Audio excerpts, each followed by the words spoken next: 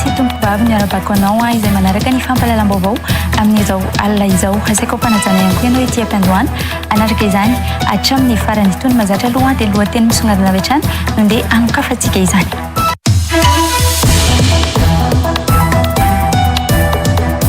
Tsy azo lavina fa nitranga misy ankehitriny amin'ny fahaverezan'olona sy von'olona dia anatin'ny fanelingelenana amin'ny firosoana amin'ny fikaonandrom-pirenena izay efa ho atao tsy ho ela ho ny filohan'ny FFKM androany. Tolona raharaha miaramila no misy eto amin'ny firenena amin'izao izay asan'ny maizina sy ny devoly manoloana ny von'olona misy raha ny toriteny nataon'ny filohan'ny FJKM nandritra ny fampom-pivavahana nanamariana ny andro fisaonana androany.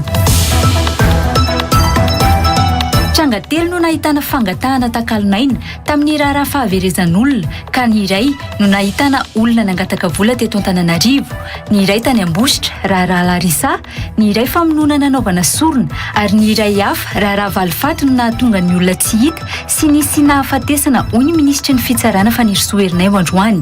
Efa mandeha avokoa ny fanadihadiana momba ireo fahaverezan'olona sy halatr'olona ireo ary tsy maintsy ampahafantarana ny vahoaka isan-kerinandro ny vokatry ny fanadihadiana atao ho ihany ny minisitry ny fitsarana androany. Fialana tao an-trano niaraka ny sotro tamin'ny namany no nataon'ny Monika ilay renim-pianakaviana nanaovana omba mitady teny amin'ny tambajotra Tserasera ny 12 Jolay lasa teo fa tsy fakanan-keriny raha ny horonan-tsary nataon'io renim-pianakaviana io. Niala an-trano tamin'ny 7 ora alina andeha hividy ody moka izy ka teo no nirevy teo amin'ny bara iray teo ampitan'ny trano fonenany ka tsy nahatsiaro raha tsy tamin'ny 4 ora sasany maraina araka ny nambarany. Tokantrano anjato no niravatra amin'ny fonenana noho ny fampiarana ny didim-pitsarana manala-ponina ao amin'ny Port 5-3 ao Toamasina tamin'ny 2024 no nitetika asa fanitarana ny Seranatsambo ny Toamasina. 50 mahery kosa no nisoratra anarana hifindra amin'ny tany nomen'ny Seranatsambo ny Toamasina raha toka ampolo no efa mipetraka amin'ny tany namindrana azy ireo hoy ny ben'ny tanàna ao Toamasina.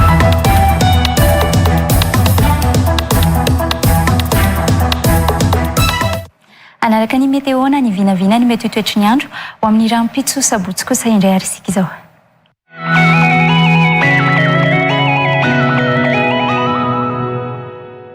Orange vous présente la météo.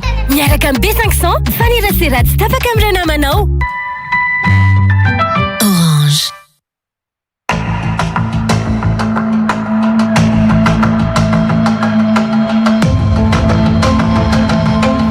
Mirabatsika rehetra any tokantrano indray ary izay taratin'ny fampahalalam-baovao eto amin'ny Real TV Madagasikara amin'izao fotoana izao raha mahakasika ny toetrandro ary ho an'ny rampitso dia mbola hitohy omaina izay toetry ny andro izay amin'ny ankamaroan'ny faritra maro eto Madagasikara fa ho hita tsara saheniny ihany nefa ny orana tandrifin-drahona amin'ny faritra sasany eto Madagasikara ndahoatra hovatantsika amin'ny antsipiria mahakasika an'izay mety ho toetry ny andro izay dia arak'izao hitantsika izao raha ho an'ny Fotany sy ho an'ny atao Fianaratsoato dia vinavina isaloha zany ny zavina ny maraina fa ibalika kosa nefa ny masoandro ho an'ny atao Sainte Mariato ikisaka kely aritsika any Nosbe no anomizantsika an'izay mety ho toetry ny andro izay dia arak'izao hitantsika izao dia ifanimy ny rahona sy masoandro ho anareo any Nosbe any ka manodidina ny 13 hatramin'ny 20 degré Celsius ny maripana faraky amin'izay afara toka kosa ary iverenantsika ireto faritra sy sambony eto Madagasikara ireto dia vinavinaina isy aloha zany ny orana tandrifin-drahona ho anareo any Toliara any raha omaina kosa nefa ny sy ifanimy ny ankamaroan'ny faritra maro eto Madagasikara ny any Mahajanga ny any Toamasina sy ny tapany avaratry ny Nosianiny. Toy izay ary raha ny tsara fantatry ny mahakasika ny mety ho toetry ny andro ho amin'ny tapany maraina raha ny tapany hariva kosa indray ary izao no anomizantsika an'izay amin'ny alalan'ny sarintan'ny Madagasikara hatrany ary dia vinavinaina ifanimy aloha zany ny rahona sy masoandro ho an'ny Fotany ny atao Fianarantsoa ny ilana atsinanany Nosy ny any Mahajanga ny tapany avaratry Madagasikara raha toka mbola hitohy izay orana tandrifin-drahona izay ho anareo ao amin'ny tapany atsimony Nosy ao ny maripana faraky amin'izay no fantaritsika manaraka dia tazantsika amin'izao fa ho an'ny any Fianaratsoa any no ahitantsika ny maripana ambany indrindra izay manodidina ny 20 degré Celsius ary tazantsika amin'izao kosa fa ho anareo any Mahajanga any no ahitantsika ny maripana ambony indrindra izay manodidina ny 12 degré Celsius. Toy izay ary raha ny tsara fantatry ny mahakasika ny mety ho toetry ny andro ho an'ny rampitso ankatrana feno ary isika rehetra izay miaraka aminay hatramin'ny farany ary anasananao hatrany ny Real News ny vaovao marina eto amin'ny Real TV Madagasikara mamy fotoanantsika ary ho amin'ny manaraka indray veloma tompoko.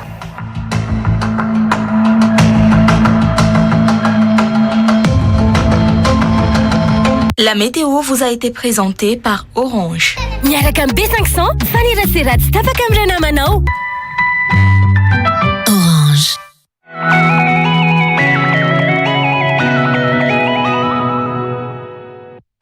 Famelohan'ny idirantsika amin'ny antsipiriam-baovao dia iverenantsika vetivety aloha ny lohateny misongadina. Manolotra ho anao ny Real News. Avec Yes, c'est notre moment. Dites oui aux actualités dans votre journée.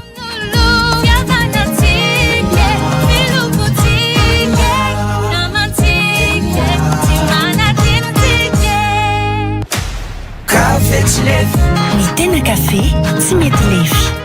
Étoile Color Ita Diego eo amin'ny Super J en face ny Mafteky na koa amin'ny bâtiment La Bouffe. Étoile Color loko mateza manamora ny fiainagnanao. Andao hanao vacances Scofield Travel Pikarakara Voyage Fantadaza Antsouyarni 03805 509 32 na 03 377 30. Marina moa fa ny patte courte primo dia misy amin'ny endriny spirali ary torti. Misy amin'ny lanjany 500 grammes sy 10 kilao ny patte courte primo. Primo, manger devient encore plus un plaisir. Pour nos travaux, comme les infrastructures ou les fondations, nous faisons confiance à Global Ciment. Global Ciment, un avenir bâti solidement. Effraction, cambriolage, agression, protégez-vous. Confiez votre sécurité à un professionnel du métier. Des agents sélectionnés et bien formés vous seront confiés. Fortement équipés, ils seront prêts à intervenir à tout moment. Prime Defense Security, le meilleur allié pour votre sécurité. Alors, partout où vous êtes, étudiez depuis chez vous. Rejoignez la formation à distance de l'UPRIM. Inscrivez-vous à l'UPRIM la plus proche de chez vous. L'inscription peut se faire également à distance. Contact 020 85 215 03 034 11 215 08. Investissez dans une valeur sûre. Choisissez UPRIM. Vous cherchez du mobilier de bureau ou d'intérieur de qualité? Découvrez DP Meubles, votre fournisseur en mobilier de bureau ou d'intérieur. Rendez-vous dans nos showrooms Antanmin et Bypass pour découvrir une large gamme de meubles au meilleur rapport qualité-prix. Gel douche Voy, la fraîcheur et le plaisir d'une douche parfumée chaque jour. Voy, le bien-être pour tous au quotidien.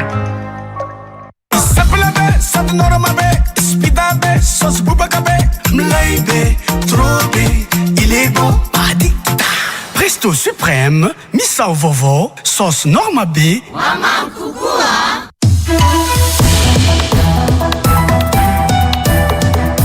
Tsy azo lavina fa nitranga misy ankehitriny amin'ny fahaverezan'olona sy von'olona dia anatin'ny fanelingelenana amin'ny firosoana amin'ny fikoanam-pirenena izay efa ho atao tsy ho ela ho ny filohan'ny FFKM androany.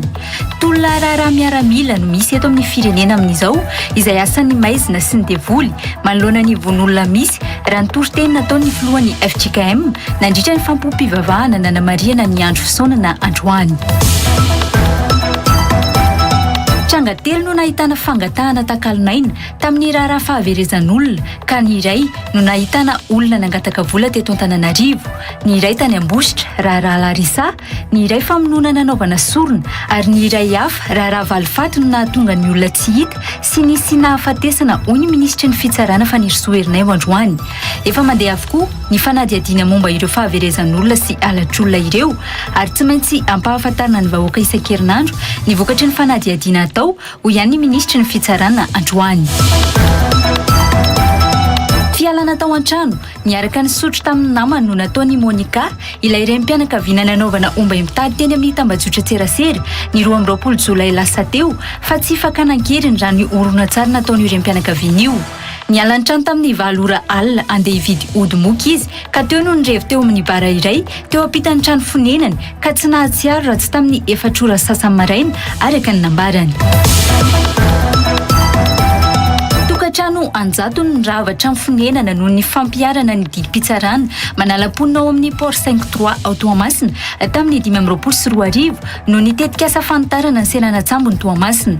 50 mahery kosa no nisoratra anarana ifindra amin'ny tany nomen'ny seranatsambo ny Toamasina raha toka ampolo no efa mipetraka amin'ny tany namindrana azy ireo hoy ny ben'ny tanàna ao Toamasina.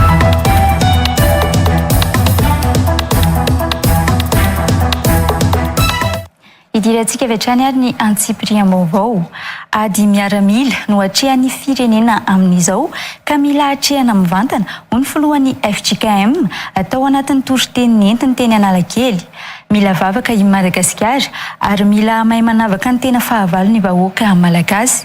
Ny vavaka ihany no tena manova zavatra ka tsy tokony ho atao ambanin-javatra hoy ny mpitandrina Zaka Harimasy Andriamampianina tao anatin'ny fampompivavahana ho an'ny androany izay natokana ho fisaonam-pirenena noho ny von'olona misy eto amin'ny firenena amin'izao fotoana izao. Tojo Rabefatra sy Andry Rabesotra no mitatitra izay. Toetra raha mafy sy mampalahelo no lalovan'ny firenena amin'izao raha ny toriteny nentin'ny filohan'ny FJKM ny mpitandrina Zaka Andriamampianina nandritra ny fitoam-bavaka iraisam-pinoana no tanterahana teny amin'ny parviana Analakely. Mila vavaka ny Malagasy sy Madagasikara hoy ny nambarany. Fa Malagasy mila mivavaka. Naiza lehanao mivavaka amin'ny Malagasy amin'ny teny-javatra rehetra ary niza samy teny daholo tsika Malagasy manao hoe isaoran'Andriamanitra lehibe rehefa misy zavatra zay eo anatsika. Ady miaramila ihany koa no atrehana eto amin'ny firenena ka tsy maintsy atrehana hoy ny mpitandrina Zaka Harimasy Andriamampianina. Eto ry havana lazaina hoe isika tsy mitolona amin'ny fomban-draha. Le tolona teneny eto zany dia tena raha miaramila izy ty. Ady mifanatrika korakora fa tsy mifampitazan-davitra na mifampitazatazana zay mifampiantso fotsiny eny alavitra eny.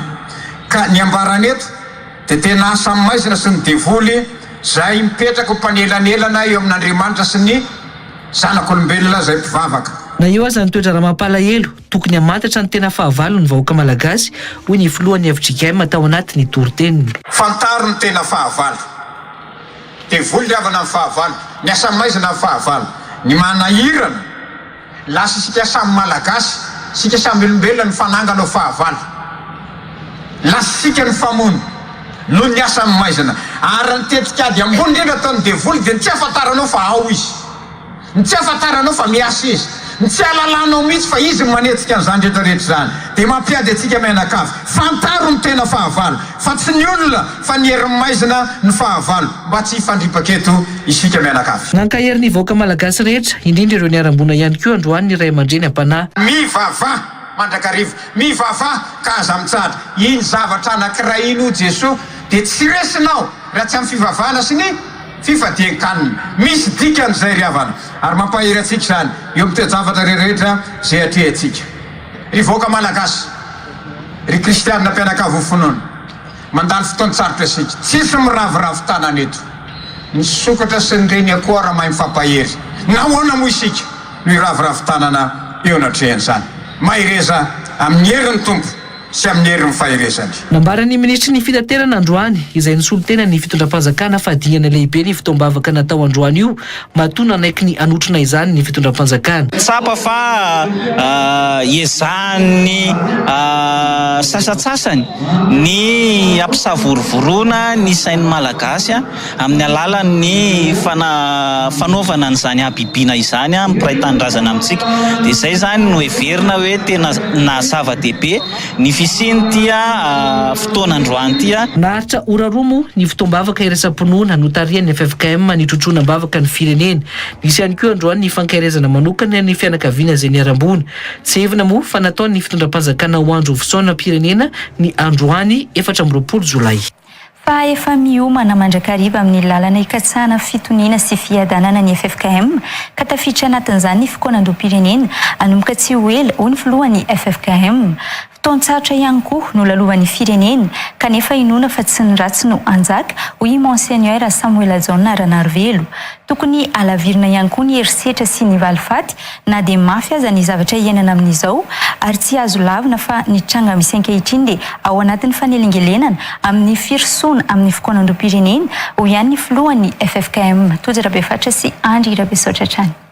Zava-dehibe ny fahavitan'ny fiarahana miombopo androany manoloana ny etraketraka misy eto amin'ny firenena amin'izao hoy ny filohan'ny FFKM androany. Fotoan-tsarotra no lalovan'ny firenena amin'izao nefa inoana fa tsy ny ratsy no anjaka eto hoy ny filohan'ny FFKM. Saoran'Andriamanitra na miantsika fotoana tokoa nafahana niara-niompoa tamin'ireo havana rehetra izay niara-moina namoy hava tiana namoy zanaka sy ray tapositra sisa ary indrindra teo ihany koa ray nitondra ratra sy fahaverezan-kevitra samihafa no nietraketraka misy moa fantatra fotoatsaratra ny lalovana fa mily koa isika fa tsy ny ratsy akory nandeha andresy mandrakariva eto amin'ity firenentsika ity matoky an'Andriamanitra amin'ny malagasy ary mino izahay fa hiary am-po anatin'izany vahoaka malagasy tsy vaky volo mafy mandrakariva ny fahoriana amin'ny tona toy izao kanefa dia isaorana fimbonam-po rehetra nanao antsoava amin'ny vahoaka malagasy mba hanalavitra ny herisetra sy ny valifaty manoloana ny toe-java-misy amin'izao nefa ny filohan'ny FFKM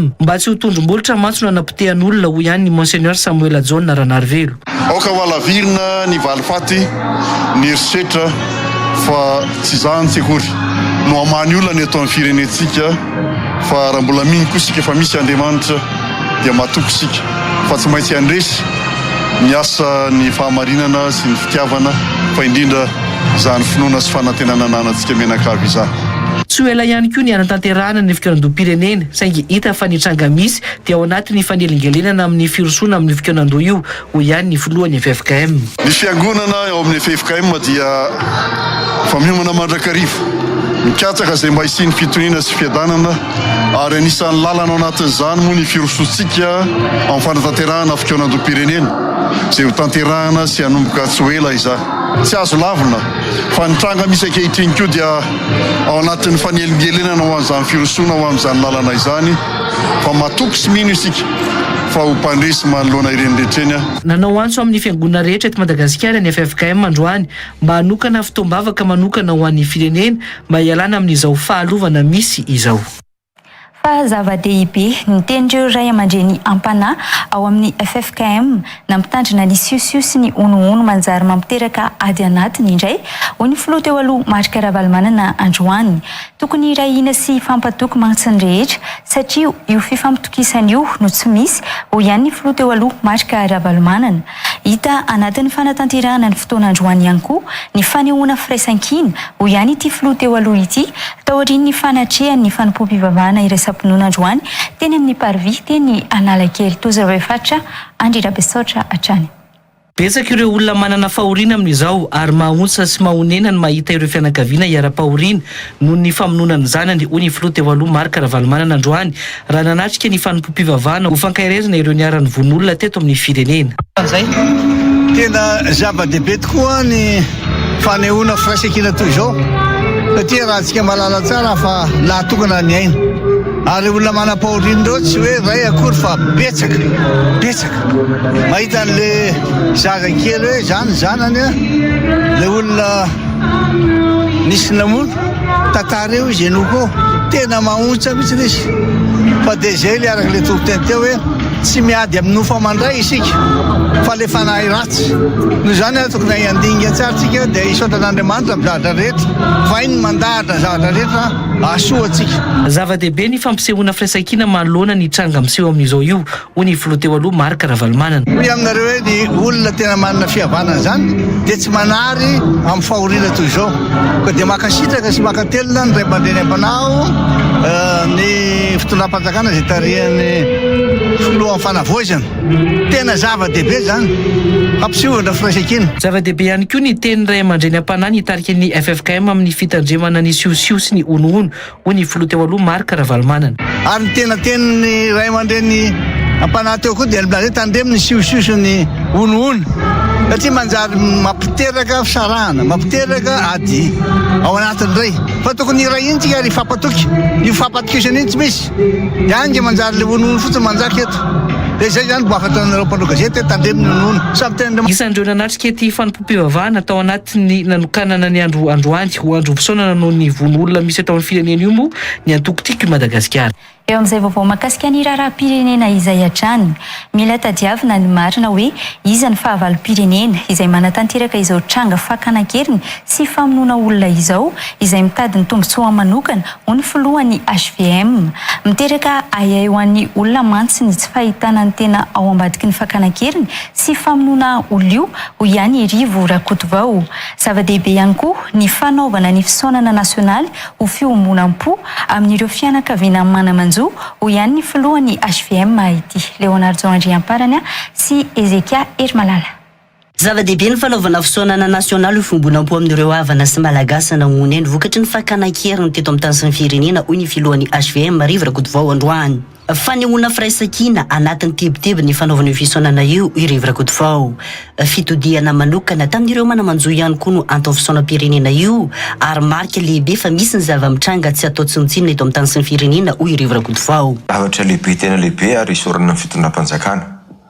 Satria zany atao hoe fiombonan-po mampiseho ny firaisan-kina ezahana ampitony ny olona ao anatin'izay tena tebotebo lalina lava misy zany tebotebo ny olona tebotebo ny fiarahamonina tomany manamanjo dia rariny loatra ny fitondram-panjakana satria fitondram-panjakana natao hitototony olona hitarainany olona nefa natao ihany koa anehoan'ny olona mety tsy fankasitrahany sy ny mety fahatezerany noho ny alahelo rehetrarehetra.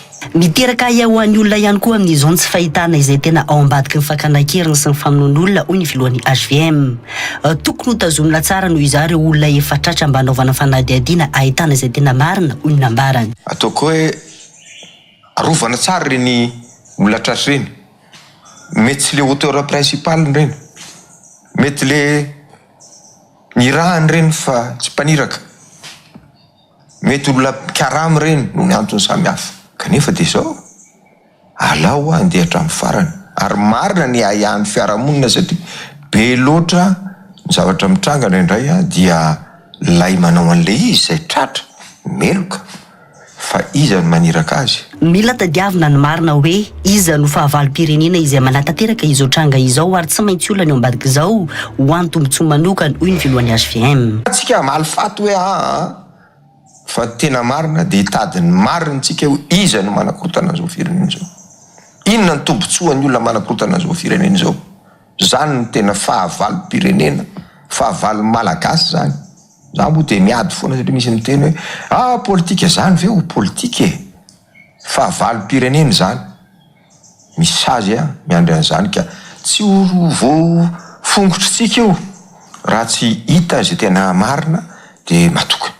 Alohantsika matoky ny fitondram-panjakana dia fitondram-panjakana koa alao mendrika ny fatokisantsika.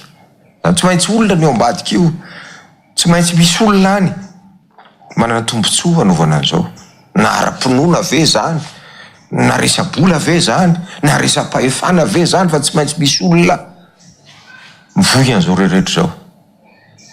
Dia reny ny tena tediavin'ny fiarahamonina ka ho hiarany sazy. Androany moa natanterahana fisaonam-pirenena io saika nikatona avokoa ny toeram-pivarotana rehetra hita ho nampidana ny saina ho amin'ny atsasany ihany koa ny ankamaroan'ireo birao rehetra. Tsy maintsy ho hita avokoa ireo tompona andraikitra ao anatin'ny tranga tsy fandriampahalemana eto amin'ny firenena ary hanaovana tatra isan-kerinandro ny fivoaran'izany ho ny minisitry ny fitsarana Fanirisoa Erinaivo androany. Hatreto mbola valo amin'ireo tranga fahaverezan'olona hita faty no tena ahiahina ho von'olona nininana tao raha toa ka fahafatesana natoraly ny ankamaroan'ireo tranga fahafatesana hafa ho ihany ny minisitry ny fitsarana. Mbola iray ihany koa no voapirofo hatreto fa von'olona nininana tao no nisorona raha toa ka afakanan-keriny ny takiana vola ny tranga roa tamin'ireo toa ny nisy tany Ambositra raha ny fanampanazavana hatrany. Tozy Rabefatra sy Andry Rabesotra. Trangana tsy fandriam-pahalemana tsotra no tena misy amin'izao saingy araroto ny mpanao politika sasany entina anakorontanana ny firenena hoy ministra ny fitsarana Fanirisoa Erinaivo androany. Noho indrindra no antony nananganana ny fitoerana manokana isana ny fanaraha-maso ireo trangana fakana-keriny sy ny famonoana olona misy mamoaka vaovao ho ihany ministra ny fitsarana. Misy ny tsy fandriam-pahalemana izay manjaka teto Madagasikara ary misy koa ny manararoatra izany amin'ny communication ary tsika moa malala tsara fa ny fitondrana fanavozana dia tsy dia be resaka ary tsy dia be teny fa miasa ka misy manararoatra an'izay fahanginana izay mba ampitomboana ny vaovao izay misy ka raha ohatra hoe zavatra ataontsika hoe efa misy eo dia ampitomboana. Hitanareo tsara zao misy compte izay efa zatra manoana ataontsika hoe fitondrana teo aloha dia manaparitaka ny vaovao izay tsy recoupe tsara akory dia ireny zavatra ireny no ialantsika nanaovana ihany le centre opérationnel mba iregroupena mba hanakambanana an'ireo déclaration ny olona rehetrarehetra eran'ny Madagasikara. Nahatratra inona amin'ny 20 ny olona tsy hita nisy nampafantatra tamin'ny vaovao sy ny tambajotra tserasera nanomboka ny volana janoary hatramin'ny volana jolay hoy ny ministry ny fitsarana androany. 570 amin'izao amin'ireo no efa hita. 470 isanjato amin'ireo no niala tao an-trano ilay olona no ny antony ara-pianakaviana matetika. Tsy azo tsinotsiniavina nefa ny tranga misy fa ty olona ka nisy ireo tranga 530 ho an'ny fahaverezan'olona voaray ho ihany ministry ny fitsarana. Ary amin'ireo 530 ireo dia 420 mort naturel ny anakivalo ny hita hoe mort suspect zany hoe von'olona na ninina. Misy ihany koa ny accident ary misy anankitelo amin'ireo no fanariana zaza voateraka. Izany ireny zany tsy ao anatin'le disparition fa ao amin'le disparition dia anankisivy no faty olona hita. Misy nefa mandalo fitsarana amin'izao ireo antota taratasy momba ny von'olona mandalo fitsarana ankoatra ireo mbola eny am-pelatana mitandro ny filaminana ho ihany ministry ny fitsarana. Ary efa mandeha ny fanadihadiana amin'ireo 30 ny dossier eny fitsarana era Madagasikara iresahako io dia ny 12 amin'ireo no efa niakatra fitsarana, ny 10 teto Antananarivo ary ny anankiroa tany amin'ny faritany. Ny ankoatran'izay mbola misy dossier eny amin'ny police gendarme eny amin'ny faritany eto Antananarivo any amin'ny 20 mahery ihany. No amafisin'ny ministry ny fitsarana androany fa 3 amin'ireo tranga fahafatesan'olona ireo dia noho ny fanaovana sorona sy ny afangatahana tambiny arabola. Tsy maintsy hita nefa ny tena marina rehetra mikasika ny tranga misy io ary ho ampahafantarina ny vahoaka isan-kerinandro raha nambara ministra trany. Tamin'ity herinandro ity zao dia ireny efa voalaza ireny misy tranga anankitelo no efa nanao aveu ny olona. Ny voalohany nisy demande de rançon izay hitantsika tany Ambositra, nisy demande de rançon anankiray koa teto Antananarivo ary misy nanao sorona dia misy anankiray nisy règlement de compte no nahatonga le olona tsy hita sy nisy afatesana. Eto Antananarivo avokoa no tsy maintsy tazomina amponjavonjamaika ireo rehetra voarohirohy amin'ny raha mafana eto amin'ny firenena ireo. Ialana amin'ny fitsaram-bahoaka sy ny mety ho fahavakisan'ny fonja no antony nandraisan'izany fanapa-kevitra izany hoy Ivanir Soernaivo. Ny lehilahy rehetra dia any Antsefa daholo raha eto Antananarivo ary misy arany avy any Ambositra moa nalefa aty Antananarivo ihany koa ireo nanao aveu namono an'le tovavikely sasavavikely tany Ambositra. Izany ny anton'izay dia satria tezitra ny vahoaka ary ekena hoe matezitra tokoa le zavatra mitranga fa na izany arany tsy mety ny manao an'le fitsaram-bahoaka sanatria amaky fonja dia ivoaka daholo indray ny voafonja izay mety ho dangereux ihany koa. Izay zany mahatonga anay mandray fepetra amin'le famondrana an'ireo olona aty Antsefa. Mbola iray amin'ireo olona voasambotra ireo ihany no niaika hatreto fa noho ny sorona ilainy antony amin'ny olona toa ny sahala ilay tovavikely tsy hita dia ny ambody rano am-pivoloha. Ankiray aloha zao no niaiko hoe nanaovany sorona fa hoe nandeha tany amin'ny Pimasy izy ary te hanakarena tampoka dia izay nataon'ny Pimasy anazy hoe manaovany zao dia manaonao foana.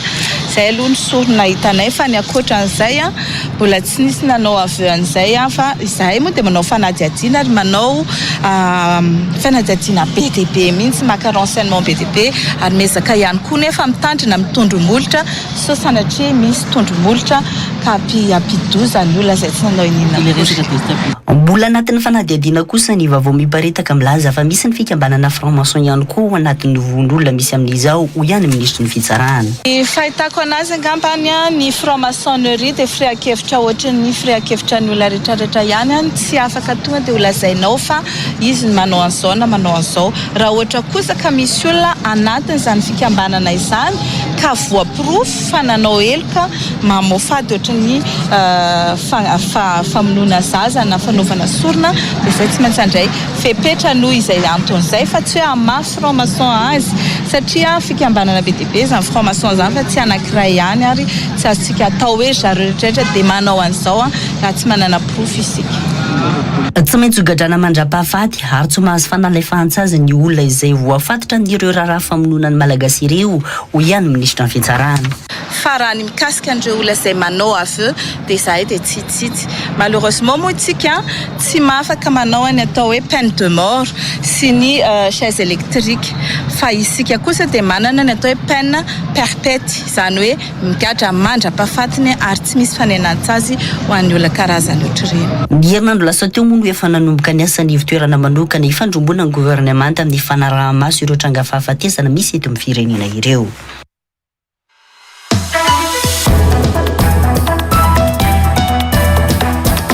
Vahiny fandaharana l'invité du jour anio zoma fa 4 ny volana jolay 2024 amin'ny Sivura Alina ny commissaire de police Rajousi Arson Félicien Irlal lehibe ny centre opérationnel anti-enlèvement ivondrona ny FDS sy zo nantenaina solotena ny ministera ny serasera sy ny kolotsaina manasana ho ary anaraka izany. Aoriana izao fampahalalam-baovao izao araka izany ny anaranao aniny l'invité du jour miaraka amin'ny mendrika Razafindratsima iny fa ho toizantsika ihany aloha ny fampahalalam-baovao efa voafehy alina ny toedrara any Ambositra tao aorian'ny doro-trano sy ny fandrombana-mpivarotra nataon'ireo mponina tany an-toerana ho ny solombavambahoaka voafidy tany an-toerana Liverason Androany. Fantatra fa fanehoan'ny vahoaka ny atezerany ihany koa ny tranga nisy io ho ihany ity solombavambahoaka voafidy tany Ambositra ity. Nentin'ireo mponina nampiseho ny afatra ity ny nampitaina tamin'ny mpitondra sy ny fitsarana ihany koa ny tranga nisy ho ihany ity solombavambahoaka ity. Tozara-pifaritra sy Andry Rabesotra. Noetim-po ny olona tany Ambositra ka io no nampisy ny fandorana trano nataon'ireo mponina tamin'ny olona tafiditra tao anatin'ny raharaha famonoana ny Larisa ho ny solombavambahoaka voafidy tao Ambositra Liverason Androany.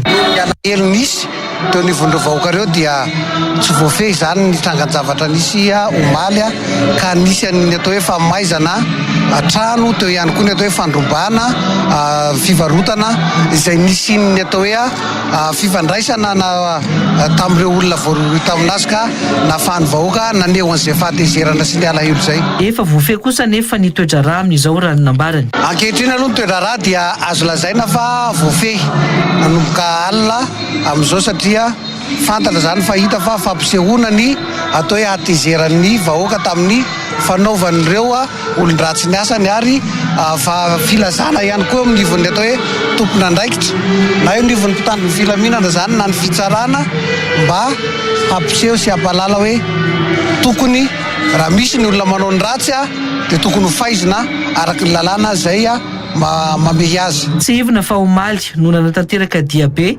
nadidina ny tanàna ny mponina Ambositra ny taky justice pour Larisa ilay tovovavy kely 10 taona no vonoina tamin'ny fomba fiainao bibiana ka nariana tao anaty lavapiringa ary efa 3 volana taty aoriana vao hita ny nofo mangatsikany. I Larisa izay andray raika ambin'ny 10 taona amin'ny alatsinainy 17 Jolay saingy izao hita faty sy nodimandry izao.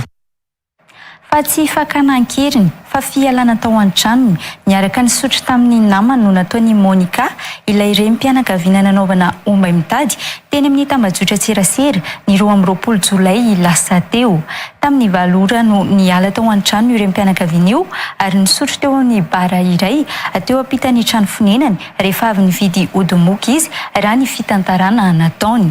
Mbola notariany namany nandeha teny Talata maty sy 67 hektara ihany indray koa izy avy eo ka teo no tsy tafody intsony saingy efa tafaverana amin'ny fianakaviana amin'izao fotoana izao tatrizay.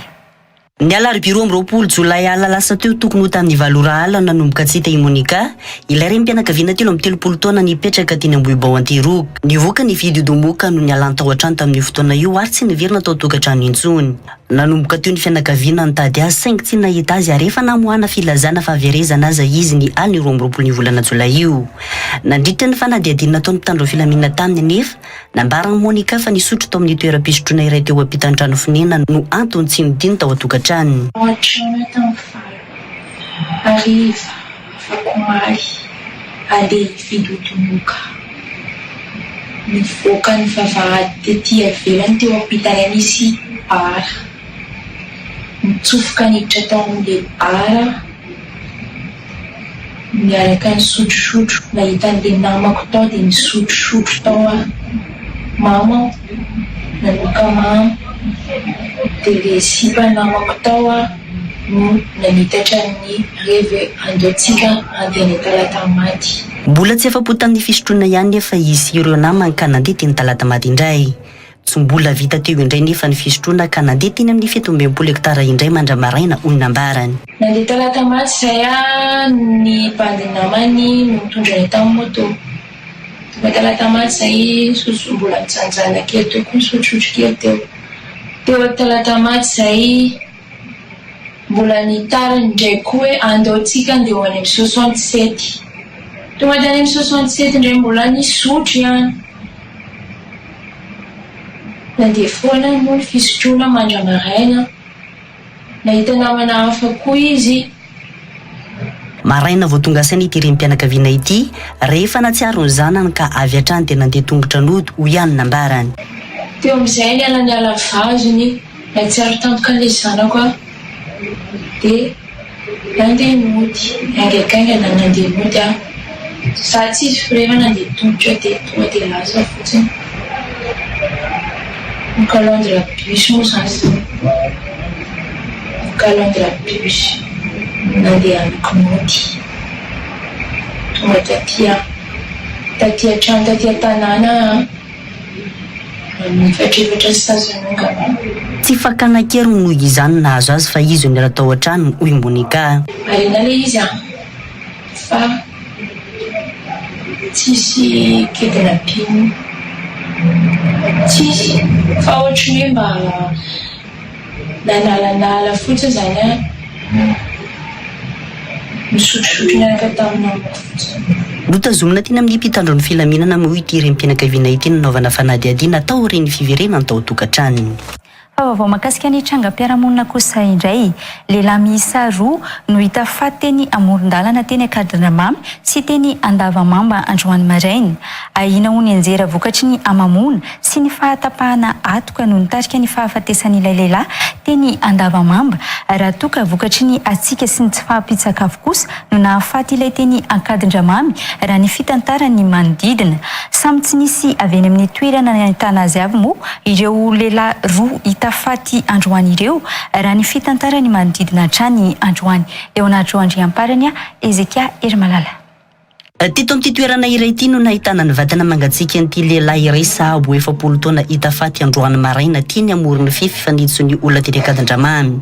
Efa tsy nisy akanjo intsony ny tapany ambany io lehilahy io nandritra ny fotoana nahitana azy. Tsy nahitana ratra nefa teny amin'ny vatany hoy ny manodidina. Nafaty azy zany dia niohoka izy tao anelan'elan'io taolio misy akanjony io dia efa tamin'ny maly tontolo izy io no mipetraka teto ohatra somary nitanotaninandro tery amin'ny ohatra tanimboly kely tery dia lery aloha zany tena matiny anoanana sady matiny asika. Izy mety efa misy eo amin'ny 30 mahery io izy aloha izy efa rangahangaha masa izy. Tsy olona avy ny Akadramamy nefa io lehilahy io raha ny fitantarany manodidina hatrany. Tsy olona mipetraka ety izy, olona hafa mihitsy ny olona misaiko na avy amin'ny ananany le ino andeha makaty. Tamin'ny nafaty azy ve? Teo amin'ny tamin'ny 9 maraina teo. Izy ve nefa ny fahitana azy olona mivonona ohatra? Izy tsy olona mivonona ka. Mety hoe ny anjera ohatra na hoe tsy ny sakafo dia taraiky teo na hoe teo ny natory dia taraiky teo le tala. Efa mpandalo matetika eny amin'ny toerana nahitana faty azy io nefa io lehilahy io manahy ireo manodidina fa mety noho ny tsy fanjarian-tsakafo na ny atsika no nitarika amin'ny fahafatesany. Manomboka ohatry zao izy dia efa nitaninandro mipetraka tery atoandro ohatry zao maly tontolo zany dia natory teo izy zany rehefa azahoako azy natory teo izy alina dia mety tsy nandeha nanao ohatry zao nakaty zany dia mety tsy zaka ntsony le vatany dia zany nampahafaty anazy teo. Ohatra izy tsy marary izy fa le resaka sakafo zay no tena nahanina anazy. Saika mbola hita teo amin'ny manodidina io lehilahy io avokoa aza ny fitafiana ny boridana aza ny tapany ambany raha nambarany ireo anaty maso atrany. Ireo moa ny nanao sorta vinina sy hanina zay dia ireo ny akanjo sy ny sorta nanaovandreo nitsohan'ireo. Izy tsisy naninona tsisy naratra izy fa izy tena mahi kely tena mahi. Io olona io zany efa fahitanay mandalondalo eo fa izy zany rangaha ohatrany salama. Izy ary mandalo eo mibotsaka amin'ny patalohany indraindray izy tsy manao kilaoty dia maraina io izy hitanay nioaka teo amin'ny sisiny teo ny fatany tsy naratra tsisy naninona fa tonga dia maty teo fotsiny hitanay. fa lehilahy iray hafa ihany koa no hita fatin-dioaka teny amin'ny Sonatrandavamamba androany maraina. Toy ny nanao pôzy efatra no nahitana azy. Tombanana ho amamona no nitarika ny fahafatesana noho ny fianjerana nahazo azy raha ny filazany mandedana. Ny akohaka tato ny lohan'ny foritra azonao, foritra aloha zany niatony zany nandeha loatra ny nijery veto zany izy, mamo le olona. Dia niatika nandeha voalohany tao dia foritra tao ny lohany fotony avy aty ambony ny sarina nakaty ny tongony, lohany niatika tao, nomboka tamin'ny enina nahita azy teto zany. Mbola teny amin'ny lehilahy eo avokoa aza ny fanana ny rano fitantarana anaty Masoatrany. Mbola nisy tany ihany koa aza teny Ampelatana ny rano nambarany. Rezo satroka ny kapa mbola reny taraiky reny. Tsisy voentaka tsisy neza tsy mbola tany portafay ny raha olona vonon'olo izy tsy tonga taty intsony reny satroka ny kapany rehefa mety latsaka tany an-dalana tany. Tsisy ratsa taminy. Izy ary izy nge mbola niezaka ny aly fa re tany re zany voasitiny tanany dia mbola niangana teny ny tanany teny ary ny tany teo. Tsy olona avy ny manodidina Andavamamba ihany koa aza io lehilahy hita faty io. Izy tsy olona avy aty fa hoe chauffeur izy. Chauffeur ana national re zany izy. Itsany mamama zany izy zany mipetrapetraka tamin'ity nakahena kely teo. Tsatoka tao izy. Efa samy hoentina eny amin'ny BMH avokoa moa ny razana roa hitandroany maraina ireo. Fa vaovao avy an-Toamasina kosa indray. Tokantrano Anjatony no ravatra ny fonenana noho ny fampiarana ny didim-pitsarana manala-ponina ho Port Sec 3 ao Toamasina tamin'ny taona 2024 no nitetika asa fanitarana ny serana tsambony Toamasina tamin'ity herinandro ity. Tsy maintsy nirosona ny fandravana ka fanomezana tany 500 metatra toradroa ho an'ireo zato manoratra anarana voalohany manaiky ny ala amin'ny tany no fepetra ny resy ny SPAT raha nolazay ny mponina voakasika. Efatra amin'ny 50 no nanaiky ho famindrana io ka efa nisitraka izany raha nambaran'izy ireo androany. Efa tsy maintsy noravana ihany ny trano ka zara aza nisy ny fanoherana ny tany antony naneken'ny sasany fandaminana avy amin'ny SPAT io ho ihany ireo rava trano androany. Lanto malala saondrany irina Real TV Toamasina. Isan'ny nipetraka sy nanolona trano tao amin'ny Port 5-3 tao Toamasina ity rem-pianakaviana iray ity. Efa aman-taonany no nipetrahany tao ary tany mirefy 700 metatra toradroa no nisy ny trano fonenany tao amin'ny Port 5-3 raha ny fanazavany. Isan'ireo rava-trano no ny fananganana foto-drafitr'asa ho fanitarana ny serana tsambo araka ny didiny voaka tamin'ny taona 2024 araka izany ity rem-pianakaviana ity raha ny nambarany. Tena nipetraka teny amin'ny Port Sec 3 zay ary efa nisany navita trano dia 700 mètres carrés no refin'ny tany nipetrarana itao. Le 30 avril ny tonga ny notification nisy nanatitra teny notification d'expulsion naterin'ny commune dia hoe nanome fetrandro 10 andro taorian'io le 30 avril 2026 io no hoe miala ny vahoaka fa anaovana an'le projet eny. Dia tamin'izay samby ny tantaina daholo ny olona rehetrarehetra. Dia teo zany nanomboka nanadiady hoe ahoana sy nanomboka ny heritreritra hoe inona ny tokony atao. Omena tany misoratra aminy ireo fianakaviana zato voalohany manaiky fandaminana nomeny SPAT araka ny fifampiresahana tamin'ny tompon'andraikitra ho ity rem-pianakaviana ity ka nanaiky izany ny tenany. Misy fandaminana nomeny SPAT dia hoe afaka zato voalohany manoratra anarana dia omena tany titré sy borné le olona dia arahana mesure d'accompagnement. Le mesure d'accompagnement tiako tenenina eto dia ny fanampiana ho an'ny tsy fanampina mahaonitra n'le mise en valeur teo ambonin'le tany fa fanampina ho amin'ny mahasamy olombelona ho an'ny trano-hazo sy trano vato. Nananjom-bola naka ny entany rehetra tao amin'ny trano ireo nanaiky fandamina ny serana tsamony Toamasina ireo ary mbola izy ireo ihany koa no nandrava ny tranony raha ny fanazavana trany. Avy eo rehefa ho an'izay nanaiky fandaminana dia ny SPAT ho an'izay nandrava trano ho an'azy manokana le fandaminana zany ianao le nanaiky an'le fandaminana no mandrava ny tranonao mba misy zavatra récupéré ao anatin'le tranonao ravana fa tsy tonga dia hoe bulle no mandrava azy dia tsisy zavatra récupéré intsony na betsaka ny zavatra simba. Dia izay nanaiky an'iny zany no SPAT no niantoka camion nitaterana ny entana avy amin'ny Port Sec 3 nakany amin'ny Port Sec 2. Ho fijerena ny ho avy ka ananana ny tany manokana any aoriana tsy hisy tebiteby no antony nanarahan'ny fianakaviany Angela fandaminana raha ny nambarany. Noho ny fanapa-kevitra manokana no nahatonga anay nanapa-kevitra hoe aleo manana toy izay tsy manana, aleo mahazo kely toy izay tsy manana satria rehefa nifandinika zahay ohatra hoe zahay mivady a de hoe aleo mahazo sika de mifindra am'le tany titre sy borna ary ho anay mandrakizay tsy izy tebiteby satria efa ela no nitebitebena tsy afaka manao ninoninona tao amin'io toerana io.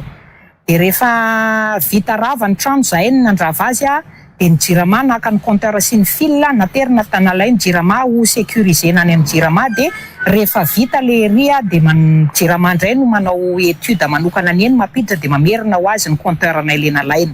Tsy nanenenana ny nanarahana ny fandaminana na andranomaso ara ny nandraisana ny fanapahan-kevitra hoy ihany Angela. Na nanaiky ianao na tsy nanaiky a tsy maintsy ny ravana le izy satria zay ny hitatsika de hoe tsy diso safidy zany zay ny nanaiky an'le fandaminana satria misy zavatra ny azony récupérena tamin'le tranonay a efa misy borna manodidina n'io faritra izay misy ny tsirairay io satria efa vita ny lotissement eny. De ny tsy mikarakara tany zay tsy mikarakara taratasy zay fa ny SPAT no mikarakara n'ireo tany reo sy ny taratasy mifanaraka amin'ny domaine sy ny rehetrarehetra fa ny boky an-tanana ny fanarahana tamin'zareo.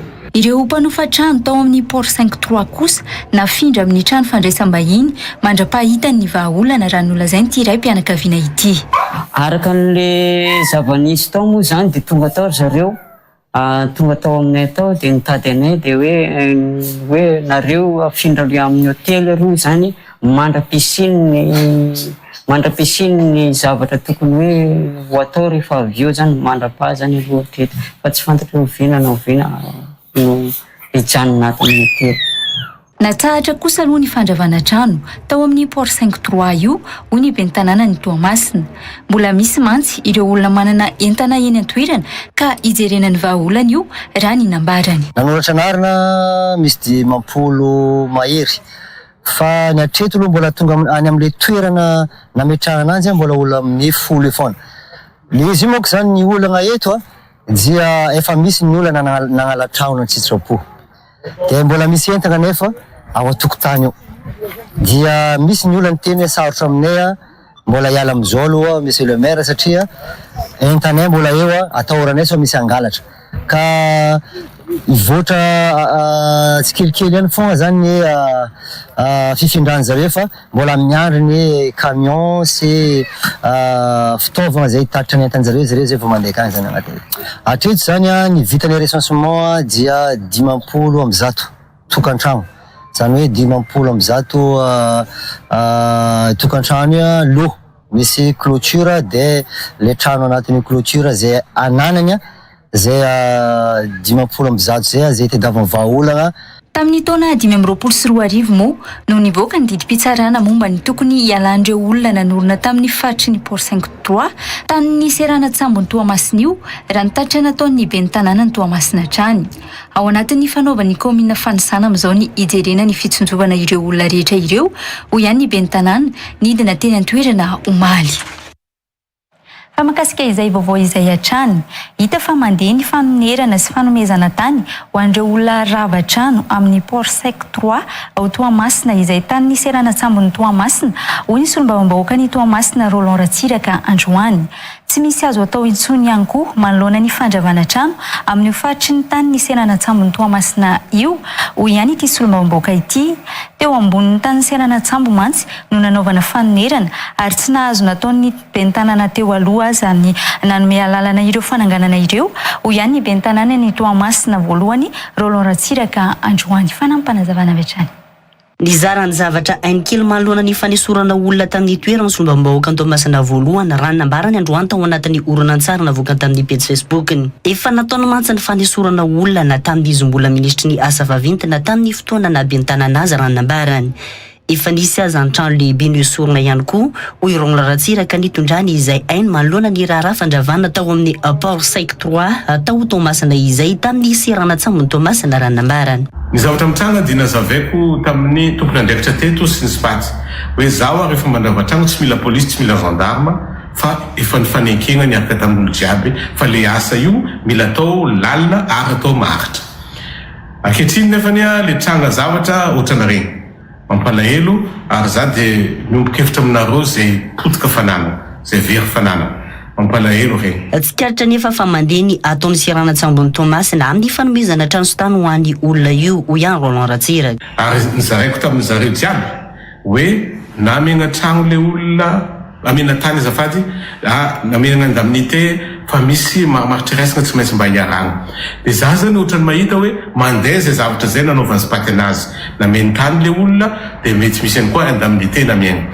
Fa hatreto mbola tsisy olona reo ravatragno reo nagnatona anahy talohan'le affaire io tsy misy. Ary zalazy temo tsy olom-boafidy amin'ny toerana io fa aty Tomasina voalohany. Fa na de zany na zany ohatrany tam'Gezany za dia magnampy fogna na Tamatave 2 na Tamatave 3 na Fenerive vavateny za tsy mijery an'izany fa za mijery hoe olona mifaritany Tomasina ty de za miezaka magnampy. Tsy afaka natao be ny tanàna teo aloha nanome fahazahon-dalana ireo nanorona tamin'ny tany Sirana-Tsambony Tomasina io na de misy aza ireo taratasy nivoaka milaza ny azahoana lalana fanorenana ho ihany solombamoaka ny Tomasina voalohany. Ka eto zany de mankaherantsika jiaby efa tsisy vahaolana tsony izy io amin'ny lafiny hoe ahoana ajanona le izy de tragnonao Tsiravegna za mahita zany efa tsisy vahaolana tsony zay zavatra zay satria le raha lalina be anao nagnano construction amboniny tany spaty anao voafitaka agny zany le raha misy olona nagnome autorisation be ny tanàna taloha autorisation de construction tsy nahazo nataony regny. Tranonjato monina rodana tamin'ny faritry ny Port Saik 3 tao Tomasina io didi-pitsarana nivoaka ny taona 2024 na lalana ny mponina mipetraka tao amin'ny faritra io. Stage 2 Our Generation na la sélection Madagascar enina amby roapolo sy roa arivo arahanao eto amin'ny Real TV Madagascar dia lahady enina amby roapolo jolay amin'ny roa ratolakandro. Mpifanina teny mihitsana dimy kosa niakatra famaranana. Our Generation enina amby roapolo sy roa arivo miaraka amin'ny Real TV Madagascar, mieux que le meilleur. Mikasika iny Our Generation enina amby roapolo sy roa arivo iny hatrany nifantoka tamin'ny famerenana ny fiatrehana ny stage 2 izay nitanterahana ny alarobia 12 jolay lasa teo ny fiandohan'ity herinandro ity ho an'izy valo mianadahy mpifaninana ao anatin'ny Our Generation enina amby roapolo sy roa arivo. Ho an'ny andro ny talata lasa teo izao famerenana ankapobeny na filage tao amin'ny Avorianosy izay nanatanterahana ny seho no nataon'izy ireo fintiny izay ary hoentin'ny Siranaivo Son sy Sarobidy Andriatso.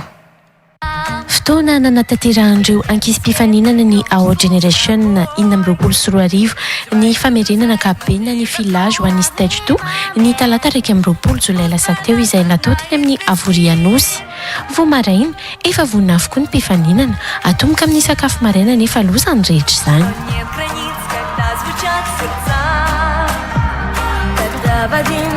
Ny omakomana kely ary aloha milohan'ny tena andehanana toa ny fenoatra izao mipasoka ny akanjo entina ho an'ny ampitso izy. Lasa ary izao hiazo ny Avorianosy.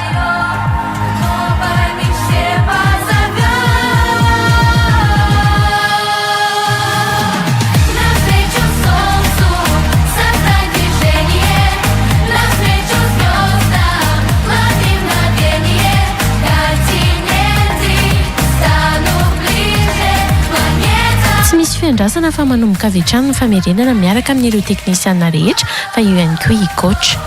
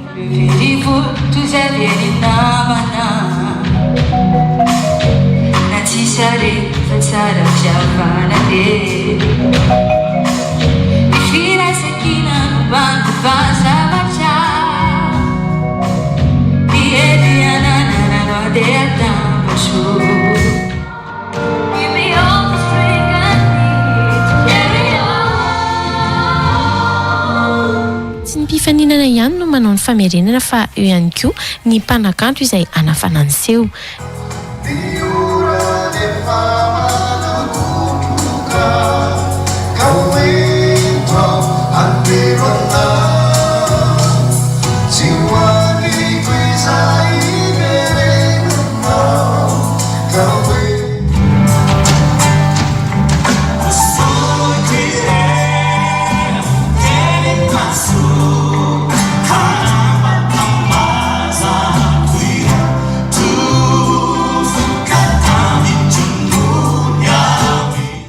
Mametraka ny pitsopitso ny sisy kotra ao anatin'izany.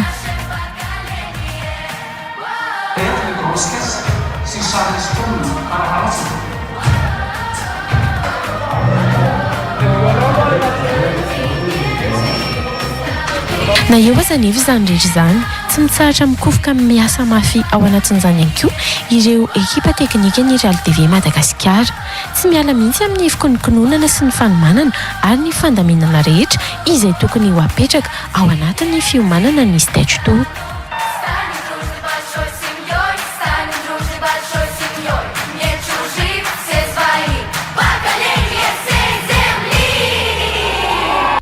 Itreo anatin'ny pejy kosa indray ary sika izao.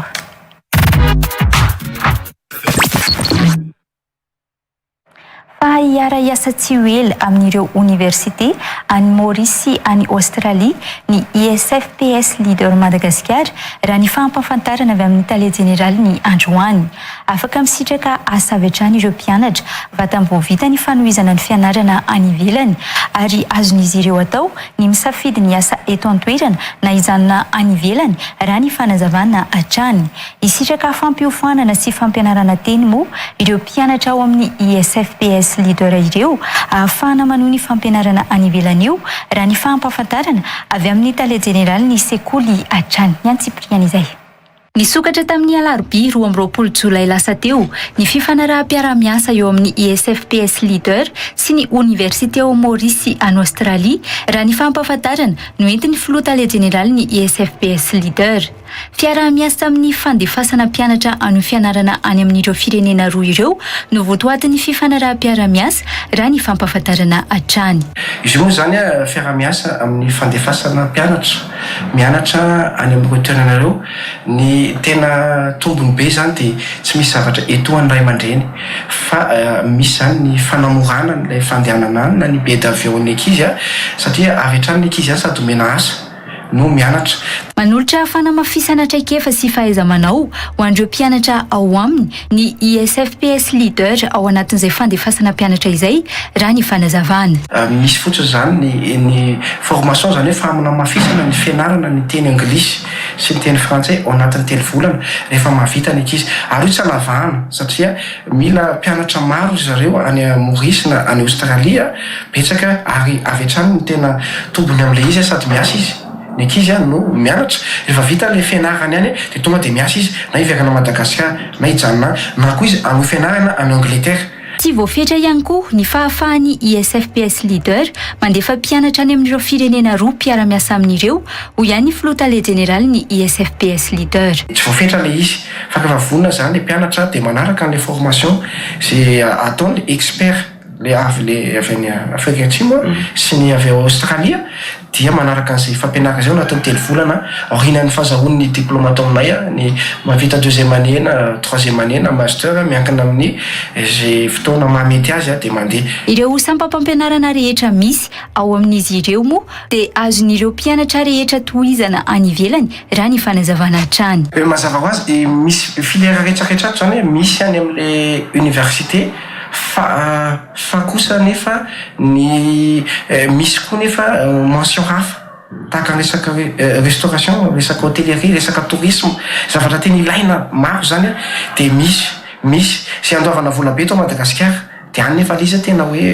merary. Ny alarobia 12 Jolay lasa teo moa no nampahafantaran'ny tompon'andraikitra n'izay fiaramiasa vaovao eo amin'ny ISFPS Leader sy ireo université mpiaramiasa aminy any Maurice sy Australie izay.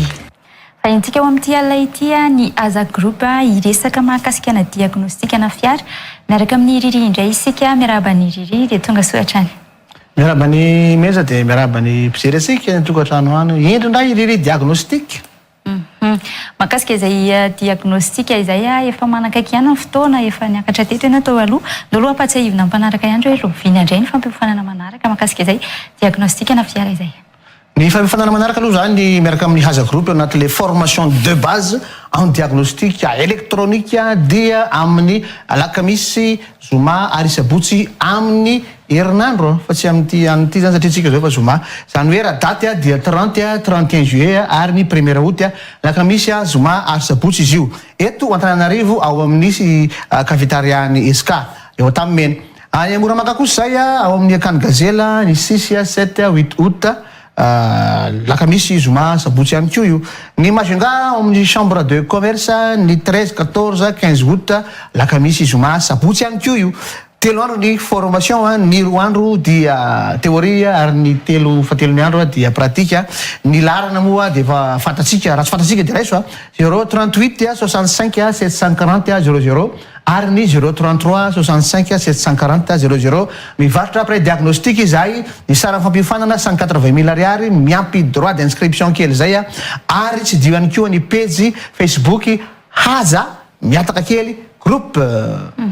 Mety hoe mbola betsaka ny olona tsy mahafantatra izay hoe diagnostika izay inona tsara izay riri tsara zavaina foana ihany iza ihany koa ny tokony hoe ahy anazy io.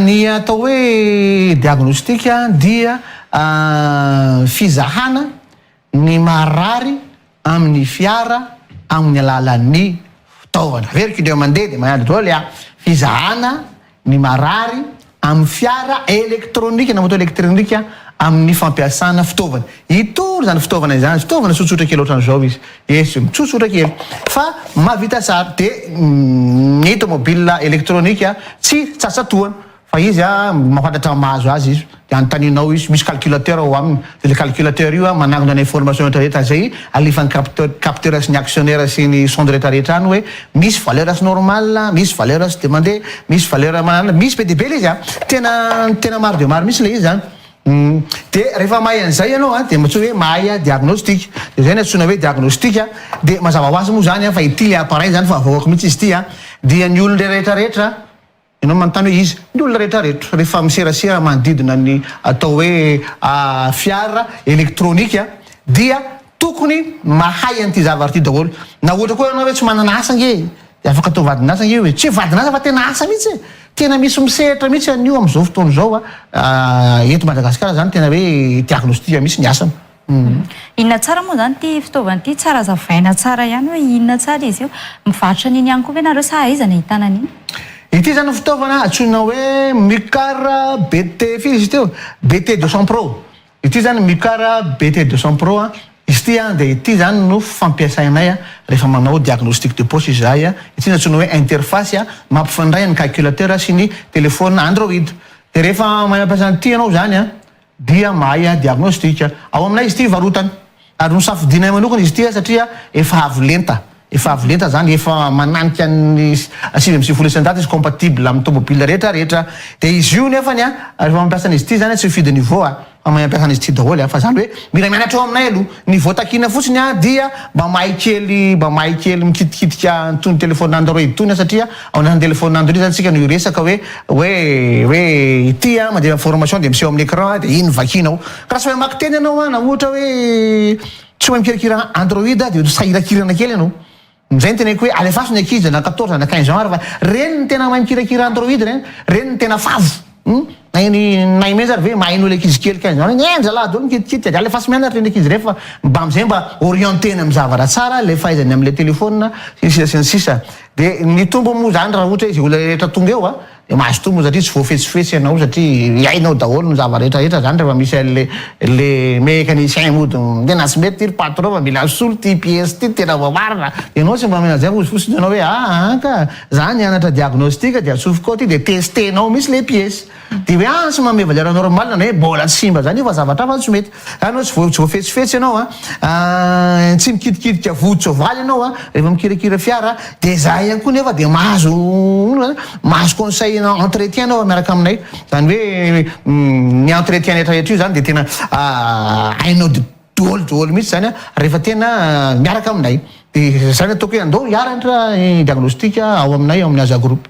Mahakasika an'izay hoe formation zay misy andreto fitaovandreto mikitika an'ireo ve le olona mandritra an'le fampiofanana sa ohatry ny ahoana ny endrika fampiofanana entinareo? Andray kosa de sikirika kosa ve izy misy le hoe roa andro voalohany théoria ilosika tena théorie fotsiny ny théorie zany mijery tsika hoe manao tronc commun tsika de mijery hoe inona karazana pièce misy karazana tomobile misy karazana zavatra tokony ho afantatra ny basina mekanika zany anarantsika amin'ilay roa andro voalohany fa amin'le andro fahatelo kosa dia raisina misy ty io fitaovana io zany de ianao mihitsy manatsofoka azy ianao mihitsy no mandray ny appareil zany hoe raha misy olona mividy zany ao aminay satria zay le vatra le fitaovana de tonga de iny vidiny iny tonga de ampiasaina etsy anaovana pratique ny tomobile misy tomobile hoentinay ao anaovantsika pratique fa izy anao hoe ety koa ragnany ana de efa mividy fitaovana anao de entinao koa ny tomobile de fa ianao zany manao diagnostique ny tomobilenao zany hoe fahazarana sisa zany no miampy tsikelikely de entineko hoe ny pratique de tsy anao kosa ve fa tena mandray mihitsy de tena manao diagnostique mihitsy manao simulation anapanintsika manao simulation na zavabe dehibe de nareo no mijery an'izay fotoana zay de raha misy tsy azo de eo ny mpampianatra zay 15 ans d'expérience eo karazana hoe expert ihany manome ny conseil rehetrarehetra de manome ny zavatra tokony ho fantatsika manodidina hoe diagnostique. Mandeha be ny fotoanantsika andao ampatsiahivina ety am-pamaranana ny mahakasika ny formation sy izay tsara ho fantatra ny toerana sy ny daty ho an'izay diagnostique izay ririva. Formation de base en diagnostic électronique auto-moto artier indray ny formation manaraka 30-31 1er août eto Antananarivo ao amin'ny cafétéria Nesca Moramanga Akany Gazela 6-7-8 août Majunga chambre de commerce 13-14-15 août telo andro ny fampiofanana roa andro voalohany théoria de ny fahatelo ny andro pratika 38 65 740 00 sy 33 65 740 00 no atsoinareo de mandray anareo zahay na niresa aminay ao anatin'ny page haza miataka kely groupe izay de mivarotra appareil diagnostique io aseho anareo appareil tena fa performant io mavita an'ireny le autonome le abesan'ny concessionnaire reny de tena mavita an'izay mihitsy atsontsika isoratra anarana melo raha misy fahafahana zany de atongava ao amin'ny vavadin'ny SK isaky ny après midi de manoratra anaranao tsika any vavady ambany raha ohatra ianao tsy misoratra anarana melo fa amin'ny andron'ny fampiofanana misy vao tonga amin'ny alakamisy dia tsy maninona zany fa tonga de raisinay enao ny sara fampiofanana dia 180 000 ariary miampy droit d'inscription kely zay atsona ampanala baka atsona tompona fiara atsona rehefa olona de atsona daholo andao hianatra rehefa mikirakira manodidina an'io lasa mikirakira manodidina an'io rehefa izy tena mety atao mihitsy asa izay de miandry anareo zahay. Tapitra ny fotoanantsika misaotra indrindra ihany iva teto amin'ny fampahalalam-baovao. Sola tompoko.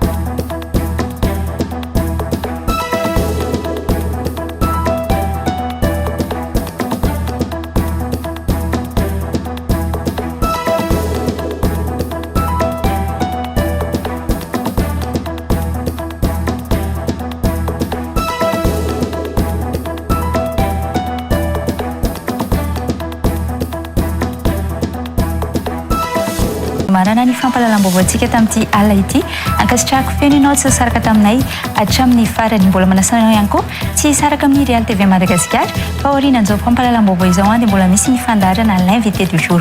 Ny fampalalam-baovao kosa manome fotoananao raha mipitso indray velomary.